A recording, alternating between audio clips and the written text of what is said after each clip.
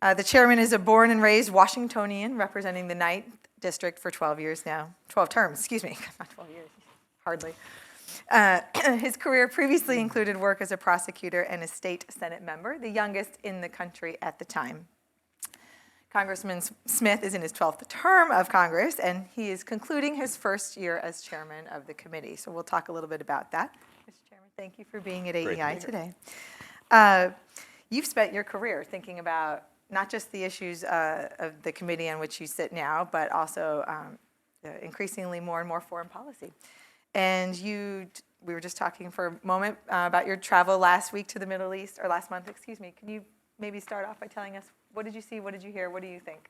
Well, it was good timing, actually. We were in Turkey the week after we voted on the Yemeni genocide thing, and they don't have a sense of humor about that, in case you were wondering. That's right. So that was a good conversation. We were in Iraq, Baghdad, and then I was also up in Erbil and met with the Kurdish leadership, trying to figure out what to do sort of post-Turkish incursion, and then in the UAE, and lastly in Jordan, in Oman.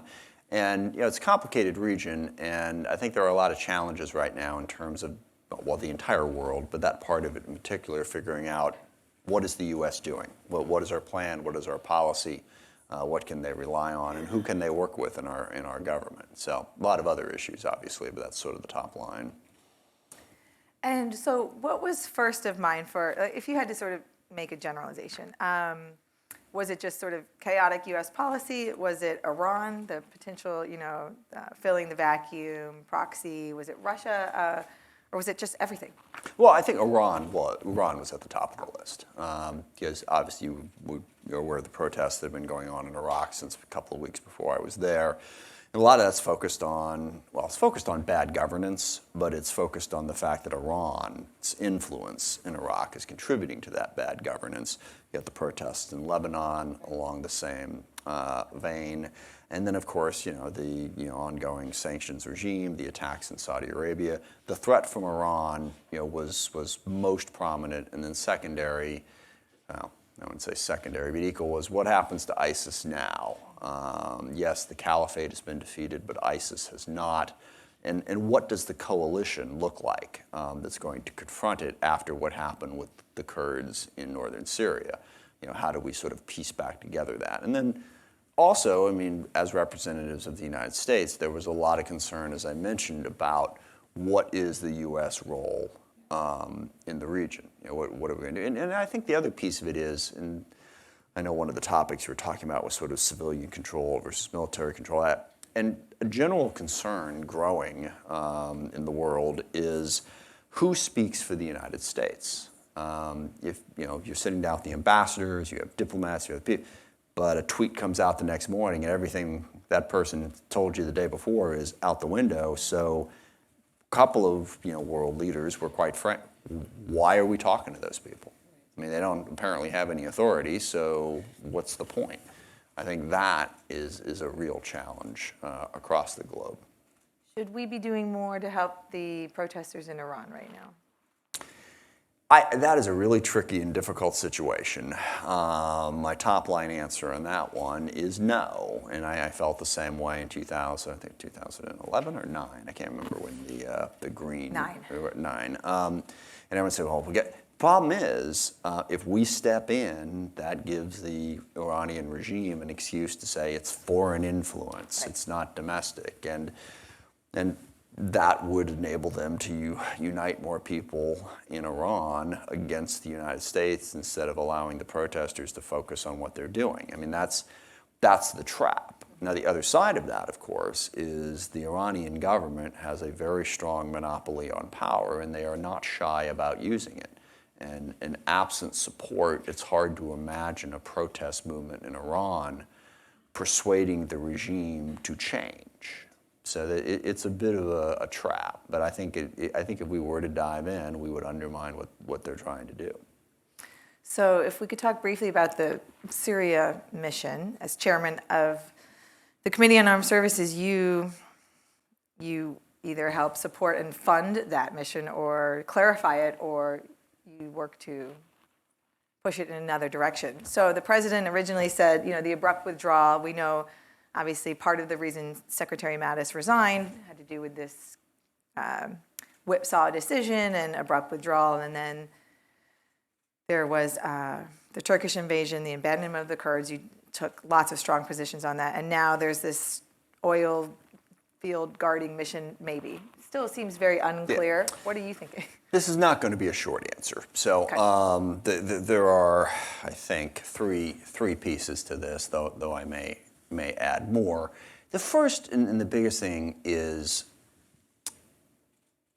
a apparent misunderstanding on a part of the president of what the mission in Syria was. The general feeling that we, I think, all have in this country, that our foreign excursions have been incredibly costly and not as productive as we would like, and can't we just back off and take a different approach? And that's Iraq, that's Afghanistan. This notion that we can't be the policeman for the world. I am very sympathetic to that. I think that's absolutely right. I think you can't do that. But what we can do in terms of protecting U.S. interests is work with partners. And to me, that's the choice that we ought to be looking at. It's not we're in or we're out. It's what is a better, smarter way to be in. And I think the president's decision reflected a lack of understanding of that. He was simply going off of the gut of, this, by the way, is the more benign interpretation. I'll get to the less benign one in a moment. Okay. We just got to get out of there. The people want me out of there. But the frustrating part about it is we had learned how to do this in a way that wasn't in Syria. We were able to get to end the caliphate, and we didn't lose a single American life in that effort. The light footprint that we had in Syria, 2,000 to 3,500 troops, working with a reliable local partner, in this case the Kurds and other SDF folks, and to some extent, to a large extent actually, the emerging in Iraq, because it was all part together. We found partners in the region, so we weren't losing lives, it wasn't costing us much money, but we were successfully fighting the terrorists. Because the other piece of it, the reason you can't just pull out and forget about it, I've always said, I wish we did not have national security interests in Afghanistan. I truly do. Because if we could just say, yeah, we're out of here, I would be really excited about that. There's no fixing that place. Okay, you're going to work on it. But as Al-Qaeda proved to us, we have national security interests. And I don't always agree with Lindsey Graham, but his quote, you may be tired of fighting ISIS, but they're not tired of fighting you, I think is spot on. And we were doing it in the correct way. So to just gut that in the way that the president did and not understand that the light footprint, that it's not Iraq, it's not Afghanistan. It's doing it the right way, and just, boop, we're just going to yank it out of there, is extraordinarily problematic. But then the other question is, what is the president's foreign policy here? And this is the less benign interpretation. And that is that his relationship with Erdogan, and I don't agree with the notion that he, quote, green-lighted the Turkish invasion. But ever since we made the deal in 2014 to work with the YPG, we knew that part of what we had to do was basically, when you're a little, when your younger brother is like, you put your hand on his forehead and go, sort of keep him from going in. And when the president, it's not so much what he did when he said he was going to pull the 20 or 30 troops out of northern Syria. It's what he did the previous December when he sent out the tweet saying, we're getting out of Syria. Okay? The message that sent to Erdogan was the effort to stop him from coming into Syria was at least being downgraded. And it was easier for him to do what he ultimately wound up doing. So I think the president's sort of messed up foreign policy in that front created the problem, which brings us to the last point of what you raised, which is why I call into question, what the president is up to. So I was literally in Erbil getting ready to meet with the Kurdish leadership, and I get up and I turn on the TV and CNN, and there is our president on the front lawn of the White House explaining, and I'm not going to get this quite right because he's hard to repeat, and I don't have the skills of, Jimmy Kimmel or Colbert or Alec Baldwin, but and he basically said, we're staying in Syria, but we're only staying there for the oil. Mm-hmm. He literally did say in this interview, I love oil. Okay, it's our oil. We're going to keep it. He's saying this over and over and over again. This isn't someone misinterpreting a press conference. This is the president of the United States on TV in the Middle East saying, we are there for the oil and we're going to protect it. Now, there's a couple things about that. First of all, rather obviously, that's probably not the best message to deliver to the people in the world. But second of all, it's not even true, okay? It's not. It wasn't the mission. We weren't protecting the oil so that we could take it or get any part of it whatsoever. The mission is to make sure ISIS doesn't retake the oil fields, because they were making, I forget the number, a lot of money, let's just put it that way, a month, because they control the oil fields and they were selling it. So why would the President of the United States, is he that stupid? I really don't think what the hell? What was that message? To say that we're there because we want the oil? Surely he understands that undermines everything we're trying to do, and it wasn't just the slip of the tongue, it was over and over. It's about the oil. Did I mention it's about the oil? I love oil. It's all about oil. Oil, oil, oil, oil, oil. Okay? What the hell? So yeah, all of that sort of mixes into a really problematic situation in terms of getting to a better place in the Middle East right now. So you're one of the foremost leaders in the House of Representatives on national security. And not only is it your actual sort of job and career, but it's also, I think, what you're good at and what you've enjoyed learning about over so many years. This light footprint model in Syria that you said was working. Working is a relative as term. Intended? Yes. Okay. Are you worried that what's happening now will then, by this president, will have ramifications in the Democratic debate for the nomination for president, where the Syria model isn't seen as what it was to you as previously a success? Yeah, absolutely. And I'll tackle both, sort of Donald Trump and then what the Democrats are doing. I mean, to the extent Donald Trump has a foreign policy, I read this somewhere. I can't attribute it because I don't remember where I read it. But that basically, you can sort of have the chaos model of Donald Trump's foreign policy. You can have the business model of Donald's personal business model. Mm-hmm. But you strip all that, there is sort of a consistent theme. He does not like alliances. He's fond of autocrats. And he'd like the U.S. to retreat from the world. Okay, and I think all three of those things are wrong and bad policy. So the extent that he pursues that, yeah, I am worried that our partners drift elsewhere. I was speaking with a colleague who was with a bunch of Europeans a couple weeks ago, and talking about NATO, and all the Americans that were there were like, this is important, and the Europeans were like, doesn't look like it's important to you to us. Right. It looks like there is now a bipolar world. It's China and the U.S., and we're going to play both ends because we don't trust you anymore. So that's a problem. And on the Democratic side, yes, there is a tendency towards that same sort of isolation. I hope that there's not also the tendency towards autocratic government, but I can't be so certain of that. So I am worried that there is that, and part of this is driven by the very legitimate concern of the American people for the way we have done international interventions, for what happened in Iraq, what has happened in Afghanistan, and the notion that we're not getting anything out of this, and the cost in lives and money is brutal. So why are we doing it? I think a legitimate re-examination of how that stuff works is important.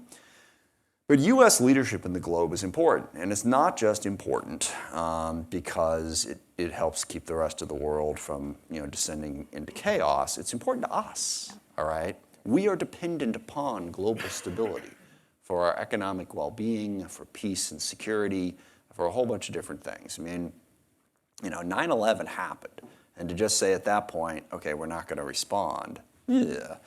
Far, far better to have a coherent policy up front that stops that sort of thing from happening in the first place. Mm-hmm. You would know, given the state that you're from and the major ports of entry and all the goods that are shipped to places like Virginia and Washington, D.C. from places like you. Are your constituents, what did they raise about national security to you? What do they think about back home in Washington State? I mean, I know they know your day job in Washington, but what do they care about in this realm? Or is it really not foremost of their mind because they feel relatively safe, if not unsatisfactory wars and inconclusive conflicts, et cetera? Well, my district's a little bit, well, all districts are unusual. They're unique. I have both a very educated district and also a very diverse district. Name a part in the world, I've got constituents there. And It's like we speak 160 different languages in the district. So if there's an issue, I've got a group of constituents who are concerned about it, whether it's Myanmar or Chile or anything's going on in the world. Like a bunch of people who are from that country who are in my district who are like, what are we doing? So I think the concern, my district, I think, shares those concerns. They are more focused, perhaps, than some districts on foreign policy and the impact of it, because they are, when the whole thing that's going on in Kashmir and Jumar, I had a bunch of, constituents, Muslim constituents, who were from those regions, who had family there, who were concerned about what was going on. So they are very concerned about the retreat in global leadership of the U.S. and what it will mean for stability in their part of the world and more broadly. Can we reflect on your year with the gavel, give or take, almost now, and you outlined some of your goals when you were about to take over as chairman. One we've kind of already covered. I just wanted to pick up on a few, Sure. But raise any that you like, of course. One was, increasing congressional oversight of military operations, and I think through Syria, we're talking a little bit about that already, the setback there, but perhaps on the other hand, maybe you'll talk about some victories you think, which were in the House-passed NDAA. Halting abuse of defense dollars for non-defense purposes, like the wall. I'm inserting that as my interpretation of that, but perhaps there are others. And then the unrealistic set of demands driving interests for a large defense budget. So those were three of maybe six or so, half a dozen goals that you had outlined. How do you think you're doing? What's your report card on the committee's work this year? It's a tough slog. There were things that I didn't necessarily like about the House bill, but by and large, I was happy that it did that. And I think the two overarching points, and I may add a third one there. One is to get back to a model of sort of balanced power, Congress exercising its authority, and I think this is. And even the civilian side, more broadly, exercising its authority. Yeah. I think what you've seen under this president, and it was creeping in the other presidents as well, is a consolidation of defense and national security power in the White House, and away from the career bureaucrats in the Pentagon and the people in Congress. And I don't think that's a good thing. I think you need more balance. You need the legislature to assert itself. And I'll give you just one example, the 2002 AUMF. It is beyond indefensible that thing is still on the books, all right? And I've read it, and it very specifically says that this is so that we can deal with Saddam Hussein and the ongoing threat that his Iraq presents to us. 17 years later, and we're not done yet, so I shouldn't say that, but I really have pressed that argument, and I'm not sure that we're going to be able to be successful on it, because the Pentagon basically came back and said, well, we might want to use that. And what I said this to the Deputy Secretary of Defense. I said, well, I'll tell you what, I am never again going to give you any authority. Right. Never. Because if 17 years later, you can't, I think that's a huge part of what we need to try to do. The second piece of it is going to take time, and that's the money. Right. Okay, that's the very unrealistic idea that we can have, the whole 50 some odd ship Navy. It's not going to happen, all right? So why don't we sort of actually put together a defense budget that is realistic within our current fiscal framework? I think we're doing a little better on that. And I will say this, I think the civilian leadership, ironically, Secretary Spencer, I think, was one of the best ones at this, has really focused on this question. And I think when Secretary Esper was Secretary of the Army, he did as well. Really focused on, okay, what are we doing that we shouldn't be doing? How can we get leaner and still be effective? And also, we've got this task force now that Seth Moulton's heading up with Jim Banks, that's looking directly at this question. So what we haven't yet forced some of the results, but you can definitely see that conversation is happening within the Pentagon, within Congress, to say, look, we are on an unsustainable path. How do we get to a better place? So I think, those are the two big things. And again, wrapped around the whole, I think the biggest argument, in my view, that we've had between the House and the Senate on this is the House wants to be more assertive. The House wants to, exercise greater legislative authority to put our stamp on what we think defense policy should be. The Senate is far more deferential to the Pentagon. If the Pentagon says no, well, then we don't do it. I'm like, so what are we doing here? So I would say it's a significantly sized boulder up a reasonably steep hill. But we're pushing. So there was one provision that stood out to me in the House passed bills, kind of nerds would appreciate it, but it's right along this theme. And it's about language requiring the Secretary to report to Congress on basically each executive order issued by the Secretary or combatant commander within 30 days. I liked it. I thought it was good. I think one of the issues later when we get to civil military, or maybe we want to touch on it now and leave NDAA for a moment. I mean, it was one of the themes I want to talk to you about, and it's obviously of importance to you as well. But this sort of overreach of military authority and civilian deferential treatment of their opinion over civilians, whether that's defense civilians, congressional civilians, and other civilians, the rise in power of the chairman of the Joint Chiefs, the decline in civilian expertise in the Defense Department and elsewhere in the federal government, even all the way down to the preferential hiring of former military people for federal civilian jobs, which are mostly DoD jobs, skewing that workforce makeup as well. So there's a lot of different issues here, but the ascendancy of the joint staff and the combatant commanders have been ascendant for decades anyway. It seemed like an interesting way to put your stamp on this as a metric of concern for you, and one way to flag it for the Pentagon. Now, the conference has not passed, so this is not yet law. Has there been any conversation about their reaction in the department to that language, and do you hope it stays? I hope it stays. I don't think there's been much reaction. There's hundreds of provisions in the bill. I don't think that was a particularly controversial one. We've been focused on the controversial ones. But yes, it's part of the theme that I mentioned earlier of Congress being more involved in the decision-making process. And I think also, to me, it's about getting all the different parties involved to respect the overall process and to respect each other and then work together to understand the balance. And look, this is difficult. I put it somewhat poorly in a quote from a couple days ago. But representative democracy is a challenge because you have to... I liked your quote. Because you have to include everybody. Right. I mean, it's always easier when you say, okay, I'm going to do this, and you do it, as opposed to, I'm going to do this. Now, here are the 15 people that I have to convince that it's okay. No, it's 18. Okay, I forgot about those three. So, and it's hard to sort of, but when you do it right, when you bring everybody in who's got a say in this, there's a lot more buy-off, there's a lot more, and I think right now, between the Pentagon, the White House, and Congress, it's like a bad marriage, okay?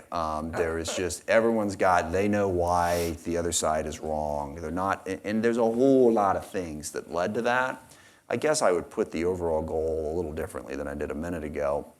The overall goal is to get all of those pieces to not only understand their roles, respect the other person, and be working together instead of trying to crush one another or being angry about the fact that they haven't been included as much as they should. Mm-hmm. And it's difficult because, like I said, it's far easier, and particularly when you're talking about national security decisions.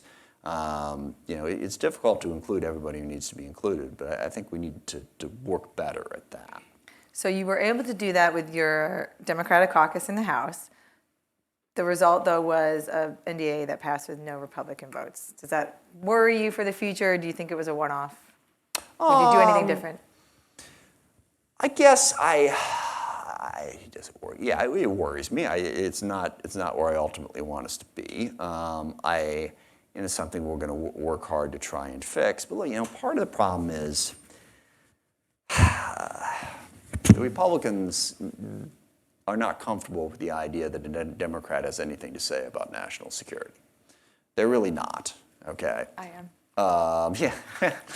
Well, if you go at the Reagan Forum coming up this weekend, I've often described the Reagan Forum as a really interesting experience for a Democrat because get out there, and it's like, we're in our little cloistered little world here, and the general reaction of most of the Republicans is like, okay, I know when you're outside, you have to sort of say all this stuff, but now that we're right and you're wrong, right? I mean, that Democrats, you don't know anything about national security. You should just sort of sit over there in the corner and let us do it because we're the ones who really care. That's, right. kind of the vibe. And, I'm working very, very hard to disabuse them of that notion and to say that, I think we do have something to contribute, and I do think that occasionally you guys are wrong about things, and it's better to have sort of a robust dialogue. I say all that because I think a big part of the reason why the Republicans didn't vote for the defense bill is because Democrats were in charge. And the idea that they would vote for a bill that wasn't their bill was just something they could not wrap their mind around. And as the Lord is my witness, I tried, okay, to bring them in and work a bunch of things. And I'm going to keep trying because I think it is enormously important that national security policy continue to be, more bipartisan instead of less. You said there was, I don't believe there was ever any question that Congress was going to work to get a final budget deal for the Budget Control Act, the final 2-year deal, on the top lines, right. Defense and non-defense discretionary, just as you have every previous year in 2-year mostly increments. I was so thrilled that, like you, I'm sure, that was hard work, and it's hard to do, and it's hard to please all those parties, as you've been talking about. But I believe maybe it was at CSIS this summer, you talked about, how difficult it was to get the budget deal, how everyone knew it was needed, and then it was gotten, for so to speak. And then the president, you woke up and you saw the president saying he'll veto it. And you said, this was a first for me. Have there been any other firsts this past year? I'm certain there have. I don't have any notion off the top of my head, but. Look, I mean, I think this comes back to the general theme of, getting all the parties involved to work together towards what they have to do. And I do worry that, compromise has become a dirty word. You've seen the polarization, both on the Democratic side and the Republican side, that, people don't, I think, understand as well as they should how to live in a world with diverse opinions. And how you sort of, find a way to get along. And I quote Dick Gephardt at this point, he always used to say that politics is a substitute for violence. And he's right. I mean, politics is the way you resolve issues, all right? Mm-hmm. And if you don't resolve them that way, people usually wind up killing each other. So I think it's preferable to figure out how we can work with people who are different. And this is, and this is increasingly difficult because I will tell you, I work very closely with the White House. There are a lot of people over there who I like and respect and I work with. And I've got a lot of people in my life, and I won't name names, who are like, how can you talk to that person? And I'm like, well, just kind of like this. I don't really get your point. And I think there is an increasing difficulty in this world, and this sociological rabbit hole that I'll avoid going down at this point. Speaking of which, sorry, should fix that feature on my phone. But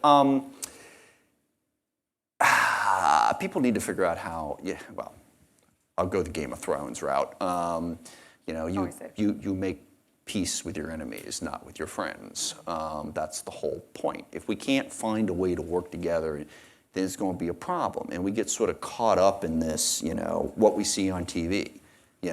Oh, that person's just awful and evil because I watched, Trevor Noah last night and he talked about blah, blah, blah. And it's like, we've got to find a way to work together. Donald Trump is president for at least another year plus. And if we're going to pass a budget, not shut down the government, fund defense, do all this stuff, then you're going to have to work with people who don't think exactly the way you do. Now, personally, I've always enjoyed that. I love people who are different because, sorry, I said I wasn't going to go down this rabbit hole, but I'll go down a smaller one, which is, a lot of times people will see something that's happening and go, well, this is stupid. Why is this person doing this? They must just be completely idiotic. But for me, I'm always like, there's almost always a reason, okay? And it may not be a reason that occurs immediately to you in your experience, but I find it endlessly entertaining to dive into that other person's world and go, okay, why? They have interests, they have things they're concerned about, And once you can figure that out, then you work together and you get to a better place. I think that art is fading, and it bodes poorly for our ability to function as a country. And I will tell you, and I don't necessarily agree with this, but there are a lot of very smart people who I know who are basically looking at what's happening in this country and around the world and saying that 1,000 years from now, people will look at democracy as like a 300-year blip on the radar, okay? That, yeah, we gave it a shot, didn't work out. I don't agree with that, but I think we all are going to have to work a little bit harder at getting along with people who aren't exactly like us if we're going to avoid that fate. I hope not. I hope that's not true. So let's talk about the wall, which is obviously a big, one of the reasons the bill is not yet quite over the last hurdle, I think. Correct me if I'm wrong. And the appropriations process, too. Yes, yeah. Indeed. But, the president pilfering defense dollars for non-defense purposes, in this case, to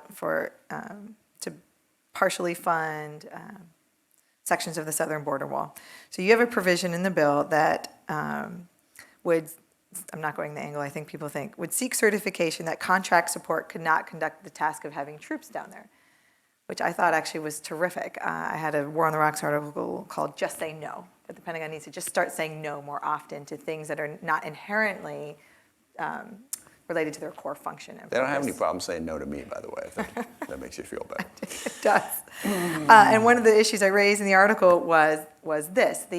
It's not that previous presidents, Obama and Bush, didn't do what President Trump is doing.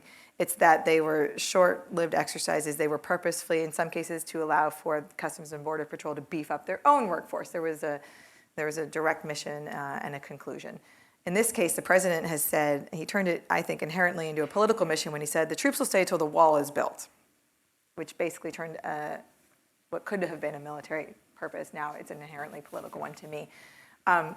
Is there contract support personnel that could potentially do this job to free up the uniformed personnel, the active duty in particular, down at the southern border? Do you know? Absolutely. I don't have any doubt about that. Now, there's all kinds of policy problems that have been created by the president's, strong focus, let's just put it that way, on building the wall. There's a policy debate to be had there. But I don't think there's a policy debate that this should not become part of the Pentagon's core mission, either taking money out of MILCON, taking money out of DOD to build it, or taking personnel and putting them out there as their primary task. Mm-hmm. This is definitely in a different area of the government, with the exception of, yes, a little bit of support here. I think it does shift focus away from what should be the core mission of the Pentagon, and it does ultimately hurt their mission.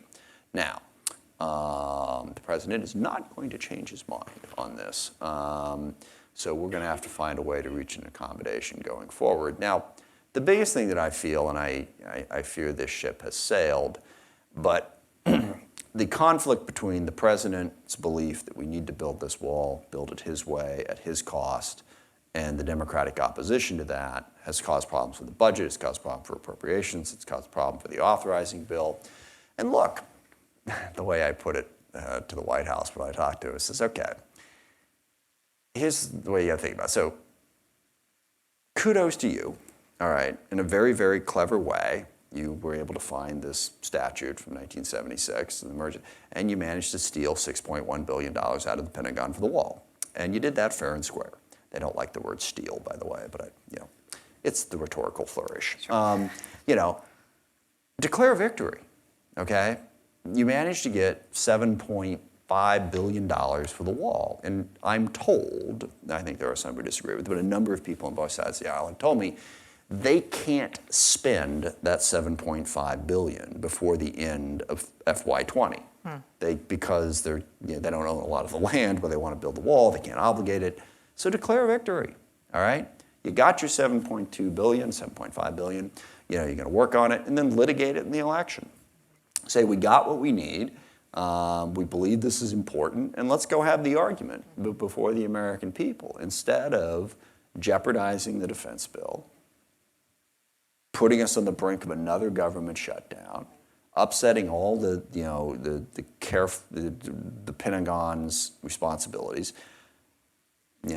but that argument has not thus far been persuasive. What's interesting is how much the White House cares so deeply and significantly about Space Force / Space Corps, probably Space Corps. In the end, either way, but it's not enough yet to cave on the wall or make some concession that's enough to move on the wall, because I know Space Force is a tip-top priority for the White House, right? Yeah. There's a lot of agreement in the two bills, yes. But it's really just the fine print that you're disagreeing on. Yeah. But it's not yet enough to move the bill? It might be. Good. Okay. Good. Well, we'll see. Okay. I'll figure that out probably by the end of today, as a matter of fact. Yeah, and there's plenty of ways out of this that I can see, but you have to want to get out of it. And me, I like to solve problems. I like to keep the peace. And that tends to be my focus. Other folks are a little bit more fond of conflict, and also, want to believe if they just insist a little bit longer, the other side will somehow give them what they want. And that's another thing, and this is my big theme, having lived this for the last 3 or 4 months, is people got to talk to each other. There's this unrealistic expectations about, well, I've been told consistently over the course of the last 2 or 3 months that I just have to negotiate harder. And I was like, can I do that? How does that work exactly? Can you spin that out to me? Do I hold my breath? Do I physically attack? No, they are where they are, okay? Right. And, you have to respect that, and you have to, actually, I'll give you my other favorite Game of Thrones quote, and that is the, well, this takes a little while to explain, and for the uninitiated, it'll mean nothing. But when Jon Snow shows up and basically asks Daenerys to send her armies up north to fight an army of the dead that she's never seen, and she says, yeah, I'm going to pass on that. I've got other plans. Jon Snow is kind of pissed off about it. So Tyrion goes to him and says, look, you come out here, you come up here. She's here to retake her kingdom. You show up and say that she's got to send her entire army up north. It's not a reasonable thing to ask. And then he says, do you have something reasonable to ask? I want to help you, but it's got to be within the realm of what we can work on. I think too often what happens with people is they make an incredibly unreasonable ask that the other person just can't do. And then they get upset because they think they should have gotten it. And then all the stuff that could happen doesn't happen because they're obsessed about what they didn't get. Mm-hmm. I think, Tyrion will be my, quote, do you have something reasonable to ask? And then I will go to the mat to help you get it. But if it's something that's impossible, and that's the other theory that I have, is that part of the problem in America is we believe in this whole, if you can dream it, you can do it sort of thing. Believe it or not, apparently Sinbad, the comedian, has an extensive routine on this, where he says, basically, don't, if you can dream it, you can do it. That's just wrong, okay? You can't, all right? You can't do the impossible. Be more realistic about your goals. But it's not America. In America, we believe that the impossible can be achieved. And that's good in some ways, but it also makes it very, very difficult to get things done politically. I have 3 more pages of questions. Yeah, to ask, sorry. Because I enjoy your company and this conversation so much, but I want to briefly offer, I want to open it up to our audience and see if, I'll give you guys a quick second to ask, because if you don't, I quickly will retake the stage. Raise your hand, let us know where you're from. Someone in the back corner. Okay. Hi, Lauren Meyer with Washington Times. Earlier this week, you've said that you're hoping to get the NDAA at least finalized by tomorrow or Monday. Now that it's Thursday, would you mind telling us a bit more about whether that is still the reality? And if not, what are the other key issues outside of Space Force that are really holding it up? Yes, it is very much possible. It is very much possible that by the end of today, we will have an agreement. Yes. And they constantly, okay, we got this taken care of, and then, it's part of the problem of people saying, as they find out, referencing my earlier comments, as they find out, well, this didn't work, they want to take one more bite at the apple. It's like, and I'm sorry, we're out of time. And also, and this is the problem, and I can't get into specific outcomes, so I won't give you a specific example, but we've been negotiating this stuff, and we know all the different people, and so we work through this issue, and we go, okay, well, could we do this? Oh, yeah, we might be able to. No, actually, we can't. But then there's a bunch of people who haven't gone through that entire process. Well, why don't you try this? We did. Well, why don't you try it? We did. But they now have to be sort of educated about how we got to where we got. And also, it's not inconceivable that in that process, they will come up with something that we didn't think of. But at some point, you just got to say, we've done what we can do, we're done. And we're trying to get to that point today. But the big problem is people sort of finding out that they didn't get what they wanted and trying to find out some last desperate way to get what they want. And I want to be a reasonable person. I don't want to say, yeah, let me think about this for a second. Yeah, go to hell. I'm not going to do that. I don't do that because I think it's my job to try. But at a certain point, you have to stop trying and say, we're done, this is what we got.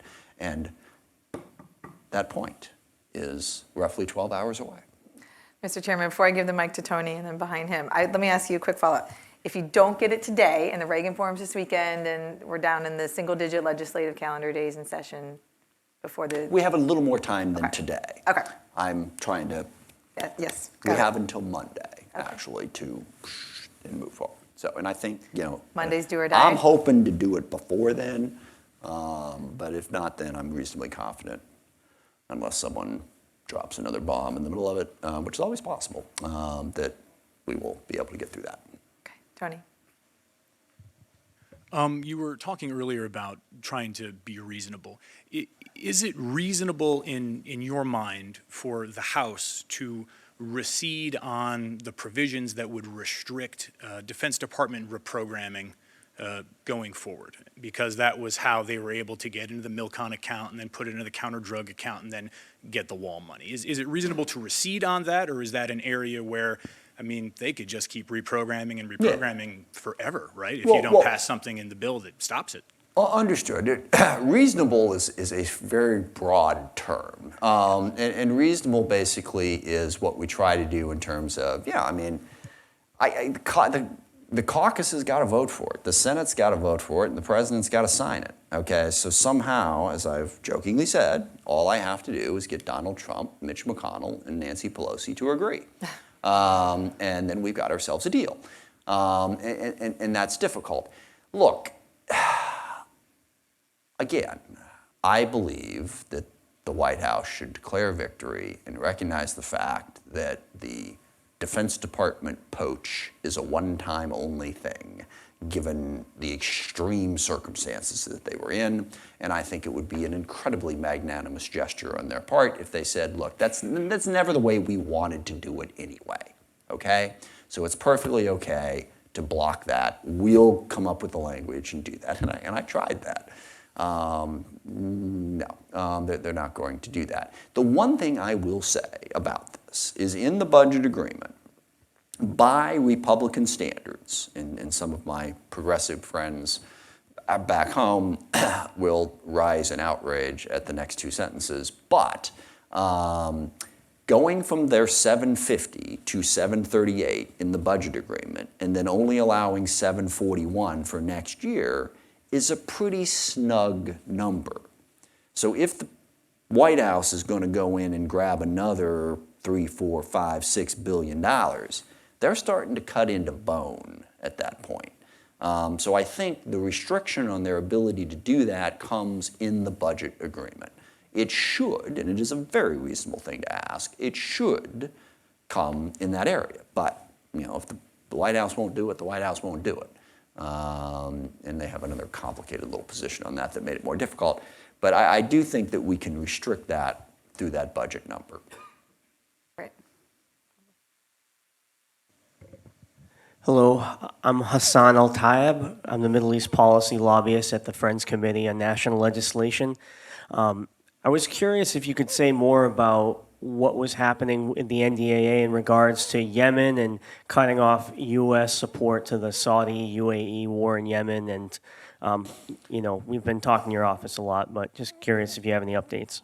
Sure. First of all, let me just say that the campaign that has been led to shine a light on the crisis in Yemen has made it an enormous impact. And I don't think the folks at your committee and elsewhere should underestimate that. UAE, when I was there, actually that morning, signed a peace deal with the southern tribes in Yemen to get things calmer down there. They have pulled their forces out. They have stopped participating in the bombing campaign. We now have a peace process beginning. The negotiations are starting. Saudi Arabia has also reduced its activity. They are aware of the criticism that is coming. And I think what we passed in the House got their attention in a positive and helpful way, number one. Number two, and I've worked with some people who, and I respect the enthusiasm behind this, there's nothing we're going to pass in Congress that's going to stop the war in Yemen, okay? And it is wrong to not sort of notice that Iran is also causing problems. And this is a major tribal thing. I mean, it's got Saudi and UAE involved, it's got Iran involved, it's got the Houthis involved, it's got a whole bunch of other people. It's going to be a difficult thing to unpack no matter what. And we need to be committed to working with them to reach that peace agreement. We have had trouble getting the ability to cut off, because what we want to do is we do not want to cut off Saudi Arabia and UAE's ability to deal with Iran. We don't. I don't. So the idea was we'll only sell them defensive weapons, and we'll prevent them from doing the offensive weapons. But the Republicans came back with, well, what if the Houthis in Yemen, in coordination with Iran, launch a whole bunch of missiles into Saudi Arabia? Should we be able to respond to that? So originally they came up with some language that said, okay, only defensive operations, but under these circumstances. But the problem is, once you walk down that road, it kind of looks like an AUMF. It kind of looks like we are giving authority to the Pentagon to engage in offensive operations in coordinations with Saudi and UAE.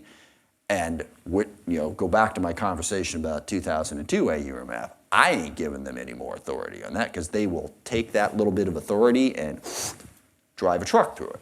So only defensive, but for this, no, we can't do that. And then at the moment, this is one of those things that we are trying to find a path through today. I'm not sure we're going to be able to do that. We're trying to navigate through that little thing that I just described. But again, do not underestimate the impact that the pressure that we've put on Saudi Arabia and UAE has had. I've had many conversations with them, and I guess the best way to sum it up is, Saudi came in, well, here's what we do in our targeting. They brought in this guy to meet with me who was going to explain, it's a big, huge chart, here's how we do our targeting. And I said, yeah, I'm not interested in that, because whatever that says, if you're bombing school buses and funerals, you're not doing it correctly, okay, whatever your process is. So skip the process, stop bombing school buses and funerals and others, and then we'll be happy. And in their defense, they have gotten a little bit better at that. We need to keep pushing them to get to an ultimate peace agreement in what is a very, very complicated situation. Questions?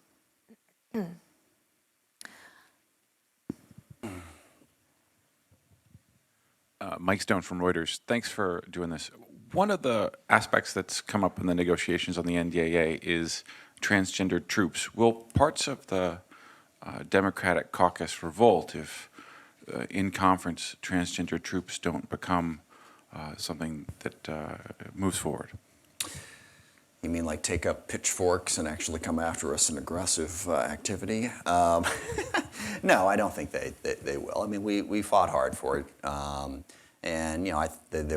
It's really complicated to get into the details here, but there were potential compromises that I could have pursued, but the conventional wisdom was, all or nothing, and I agree with that conventional wisdom.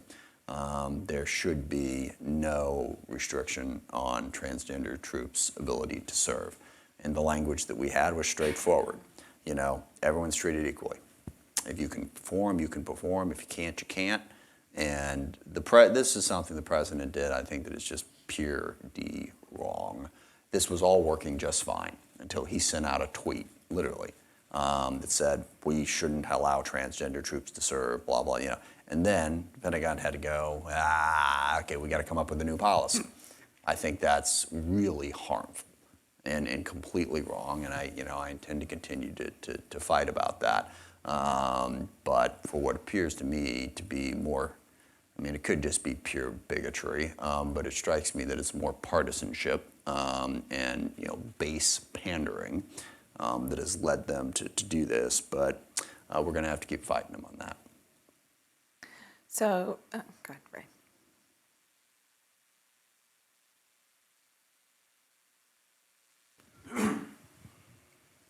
Ray Dubois from CSIS. Mr. Chairman, many of us, if not most of us, and not all of us in this room, were very happy to hear what you predicted in terms of the NDAA conference. I do want to suggest that having served in several senior positions in the Defense Department, in several Republican administrations, I and my colleagues had tremendous respect and admiration and listened to a number of the congressional Democrats with respect to national security, not the least of whom was Scoop Jackson from your state, Sam Nunn, Things have Carl Levin. changed a little bit since then. Well, That's all I'm saying. But even yeah. today, Ike Skelton, but even today, Yeah. we listen to you, and we Yeah. listen to Jack Reed. The issue of compromise, the issue of, in the NDAA, I have a two-part question. One, the NDAA, and the other continuing resolution, the appropriations. While the Senate confirms advise and consent, you, I believe, have said that there are some concerns that you have, as well as other members of your committee, to the number of vacancies in the Department of Defense, the so-called actings, Yeah. that I and Mackenzie and others have talked about as detrimental to our national security and to civilian control and leadership of the military. So are there any issues in the NDAA that have to do with organizational PAS matters, number one? All right, go on. Yeah, I think I don't know where that's at. One of the things we're trying to do is to reduce the number Correct. of people who are required to be confirmed. I think that needs to happen. I confess at this moment, I don't know where that issue is at in our bill. But look, I mean, this is a problem that's been built. This isn't just a Trump administration problem, okay? The sheer volume of people across the government, the vetting that is now involved, all of this, we have got to, and this is not, again, primarily about the Trump administration. The process itself is broken, and we are looking at ways to fix it. When I went to work for Jim Schlesinger in 1973, there were 33 PAS appointments in the Pentagon. Today, there are 59. So as you say, this is something that has evolved through both R&D and administration. And of course, you have the other agencies, outside of the Pentagon. I mean, the White House has to deal with every other department as well. Right. On the continuing resolution and on the issue of appropriations, granted, it's not your committee, but what do you see as the possible outcomes of not having a CR past 31 December and having a defense appropriations bill? I'm only laughing because the media is rolling their eyes right now, anticipating what I'm about to say, and saying we hear this all the time, and blah, blah, blah. I'll try to give you the shorter version of it. I am worried about whether or not we're going to be able to avoid the fate of the CR, and here is my little soliloquy on that one. I'm trying to do this as briefly as possible. We have a real problem with our budgeting. And it starts with, and I say this because I'm more proselytizing here. I want people to understand why this is a problem, because most people don't. Not why it's a problem, how it is a problem, I guess. In America, there is a clear consensus amongst voters. They want a balanced budget, they want their taxes cut, and they want spending increased. And that is what polls. Now, we as politicians are a lot more pragmatic than people give us credit for. We want to take votes that are popular with the public, okay? You can't vote for a budget that is balanced, cuts taxes, and increases spending. So as a consequence, being smarter than most people give us credit for, we try to find ways where we don't have to be the ones that vote for it, all right? But eventually that becomes a problem because somebody's got to vote for it or it doesn't pass. The reason we stumbled into CRs you couldn't vote for any appropriations bill that wasn't a bad political vote. So people stopped doing it. And then, about 2 years ago, it finally got to the point where people realized that CRs are a bad thing, all right? So now the public expanded their viewpoint. It's got to be balanced, taxes have to be cut, spending has to be increased, and you can't do a CR. Oh, hell. Thus, government shutdowns, okay? Because if you don't deal with one, that's next. And it's like, well, government shutdowns are bad too.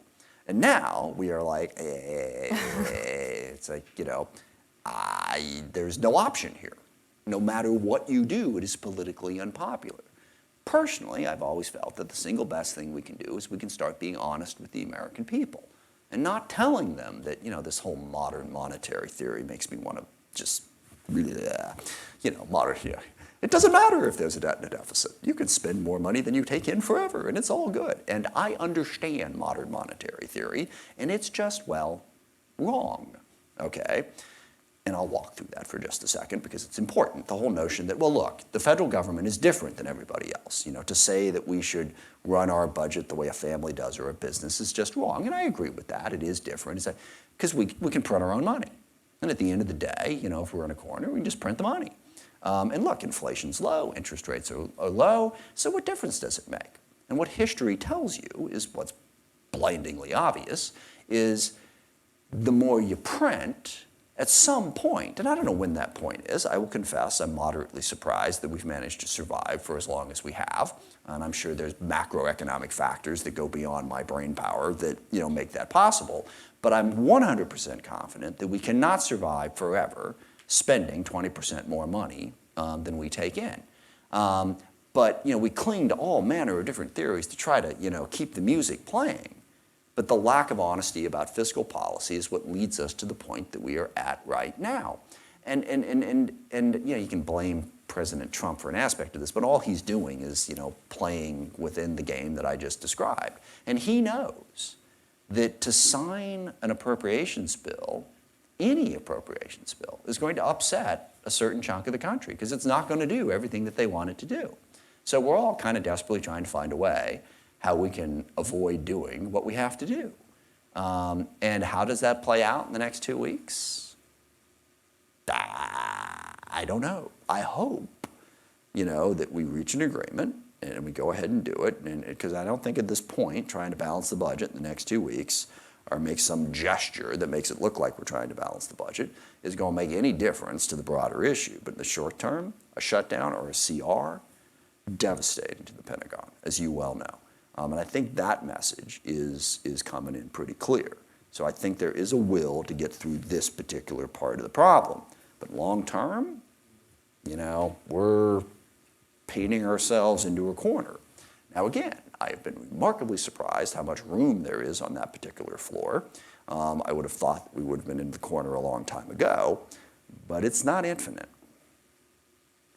Thank you, Ray, for those excellent questions. The chairman has a hard stop. He has a hearing. He needs to also get to California tomorrow, and he has lots of other important things to do. So I appreciate the full hour that you gave us here at 8 Sorry. this Thank morning, and please join me in thanking the chairman. Thanks. Thank you.